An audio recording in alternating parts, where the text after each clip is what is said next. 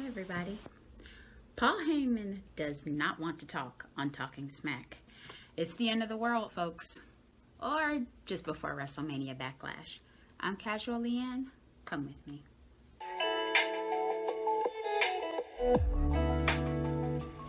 So, at the beginning of segment 1, we are caught in the middle of a Paul Heyman retort. We have no idea where it came from, but there is something that he doesn't want to talk about. Probably the Usos getting neutralized by Cesaro and not being able to help Roman out and keep him from getting neutralized too. This was the post throwback SmackDown. So it was kind of weird because, I mean, SmackDown started in the late 1990s, 1999. Why are they having like 80s style graphics? I guess it was more a WWE throwback sort of formatting than actual SmackDown itself. But Kayla is kind of ribbing Paul, about him, being so upset about what happened. She's talking about how great Cesaro is. Like, her partiality is on full display, and there's just something that rubs me the wrong way about it, but I've talked about that in a previous video. I'm going to try to move on from it. But let me know what you think down in the comments about it.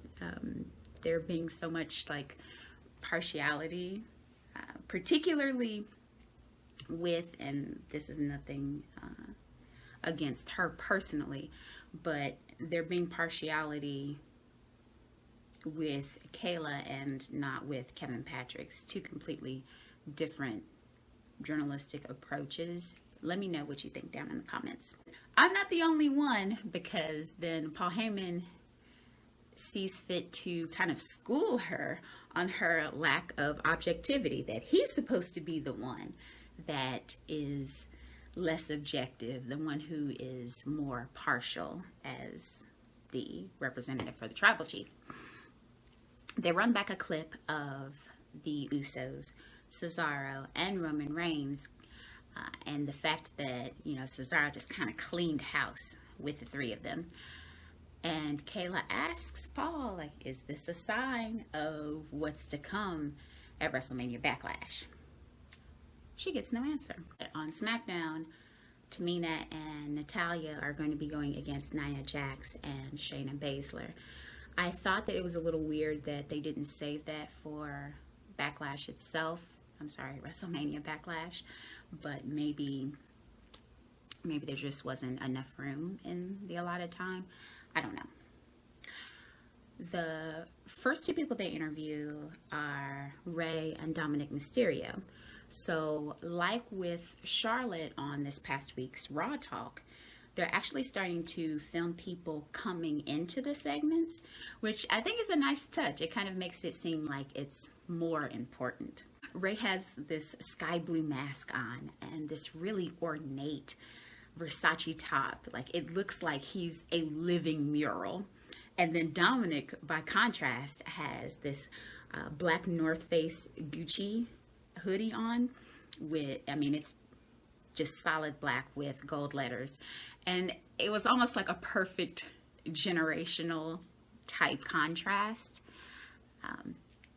I also thought it was cool that Rey didn't have his color contacts in.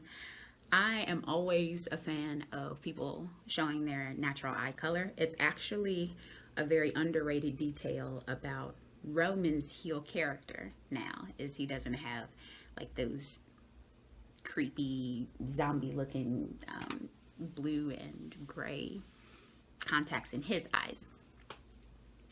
They never should have unmasked Rey in WCW, but one thing you did see was his natural eye color. I wish you would do it more. I love the way that Heyman shows Rey respect and like shaking his hand and welcoming him and everything. It wasn't like kind of in character, like fawning, ingratiating, that sort of thing. It was just genuine, just respect. It wasn't cartoonish in any way. Kayla congratulates Dominik on his victory over Dolph Ziggler.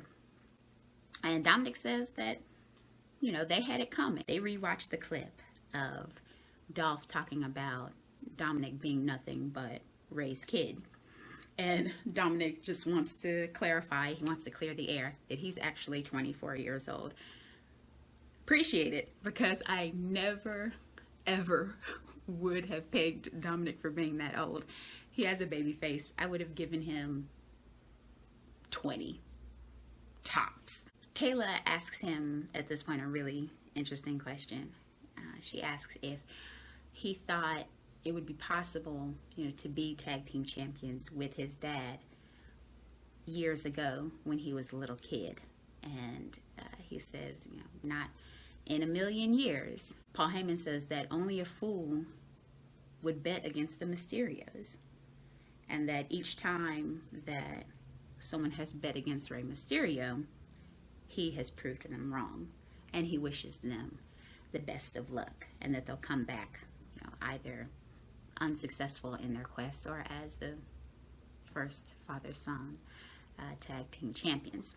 We have a commercial break, and then segment 2 is with Sonja Deville. He is ingratiating to her. And Kayla says that he does that to everyone, and there's a funny back and forth there, because Paul, you know, says that Sonja has a huge crush on him, and that Kayla's kind of messing up their rhythm. Kayla asks Sonja what it was like to work with Teddy Long, and Sonja says that, you know, it was nice. They got to dance, make cool decisions, and Kayla kind of segues from that, or asks a follow-up question, since she's talking about them making decisions together, kind of what her motivation has been now, with her kind of seemingly stepping over her bounds. And she says that people have kind of misunderstood her, and they've mistaken what she feels is passion for her job as something a little more sinister, and that she's just trying to make things the best that they can be. Here, Paul Heyman takes it upon himself to remind Sonja of who she is, or who he thinks that she is. He says that she is an MMA fighter who could beat up 3/4 of the male locker room. And he asks, where's the female empowerment movement? And that the Miss Nice Girl act doesn't suit her. And she takes Paul's hand and puts her left over top of it. She looks him in the eye, and she tells him, I'm not the girl you think I am anymore. And there was this transformative element to it, but it still had a frightening undertone. There was a time when I could open you up in front of everybody, but lucky for you, that time isn't now. With Adam stepping on her a bit on this past week's SmackDown, it makes me wonder if they're going to push the storyline from her doing these seemingly underhanded things, genuinely wanting to help people out, to her doing them with intentional malice, just because she's been pushed too far. Essentially, that being the means of getting her back to the Deville of old, like a darkness finds darkness sort of story. After that, we get a commercial break, and we do see a new WWE COVID-19 vaccine promo, notably absent from Daniel Bryan. The statement has been made. So segment 3 starts with Kevin Owens. His birthday was May 7th, which was the day of the Throwback SmackDown, the day before Talking Smack. Kayla asks him how his birthday was. And with that, he starts into what I'm going to call the people change promo. He says that He spent time with his family. He details a little bit of that. He got dropped on his head by Chad Gable. He got to do what he loves to do. Then he talks about another birthday that was noteworthy for him. And it was one in which they were on the road. And he was with Sami Zayn. He was also with Big Cass. And a mystery fourth man. I almost gave you a reminiscent sort of sense from the NWO days, you know, the mysterious third man. Here there's a mysterious fourth man. But that they were on the road. They went to South Dakota. They saw Mount Rushmore, like this random bear museum. And, you know, people want to know, like, who was the fourth man? Paul asks, was it somebody, I mean, it had to have been somebody who could tolerate a prick like Sami Zayn. And Kevin Owens is like, yeah. In fact, it was someone who could tolerate a prick like Paul Heyman because it was Roman Reigns. Oh, beautiful retort. Just beautiful. But he says he would never do that now because people change. He also tells a story about when he first came up to the main roster. And we all know that that was like a really, really big moment because he defeated John Cena on his first night up. But he says he didn't have a lot of friends because of that. But he went into a Waffle House one day. And seated there were the Usos, Jimmy and Jay, Tamina and Naomi. He didn't know them, so it's not like he, you know, just helped himself and sat down and started eating with them. He ate by himself. By the time he got finished eating, they were gone. And when he went up to the cashier to pay, it turns out they'd already paid for him. It was a beautiful story. I'm not even sure if it's true or not, but it just sounds like something that could be true. He says, people change. And that Jay has been manipulated. He can see that Jimmy doesn't want to be, and he can see that he hopes that Tamina and Naomi won't be. Although I'm not gonna lie, I would absolutely revel in a like Anoa'i super stable with like Roman, the Usos, Naomi, Nia Jax, it's like Tamina is maybe like an honorary member. Like I would love to see them just lay waste to the entire locker room. So Kevin also says that he didn't enjoy being the Universal Champion the first time, but that when he gets it back, and he will this time, he is going to savor it. And for them to remember his face. Beautiful. Absolutely wonderful, wonderful segment. He does like the little spinny thing in the office chair. I'm so glad I'm not the only adult that still spins around in their chair. It was random. It was rattling. Like Kevin Owens, he's a great talker. You really see it here. So we get a commercial break, and the fourth segment, of course, belongs to Paul Heyman. So Kayla asks for his thoughts, and she has something of a long preface here. She speculates that if the house is united, then Roman will probably retain at WrestleMania Backlash. But if the house is divided, it's very possible that Cesaro could win. And she wants to know his thoughts with regard to that. By the time she gives us this preface, I paused it, and there are exactly 61 seconds from that point to the end of the video. And knowing the way that the segments are structured and how Paul Heyman kind of pontificates. I'm like, what on earth is he going to do in 61 seconds? And I unpaused, and I got my answer. He said nothing. Absolutely nothing. He like jerks his mic off and, you know, throws it down. Everything's still like connected, and so it's not like everything goes everywhere.